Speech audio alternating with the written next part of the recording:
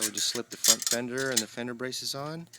Okay, go ahead and first up we put on this one, then this one. We did the same thing on the other side, so you can see that layering right there.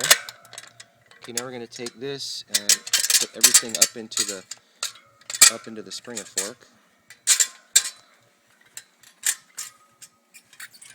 Okay. Putting it into the bent portion, the bent bars. Slips on right like that.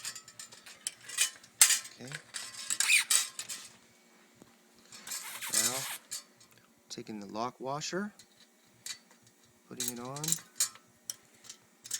And after the lock washer, then we're taking the straight bar and putting it together like that. And we'll take the nut.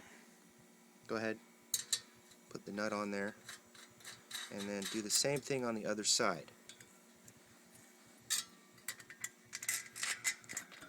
Okay.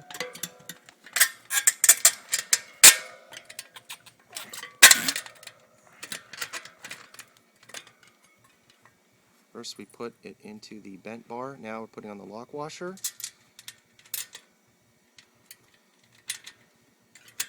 Okay, now we're putting on the straight bar and the nut.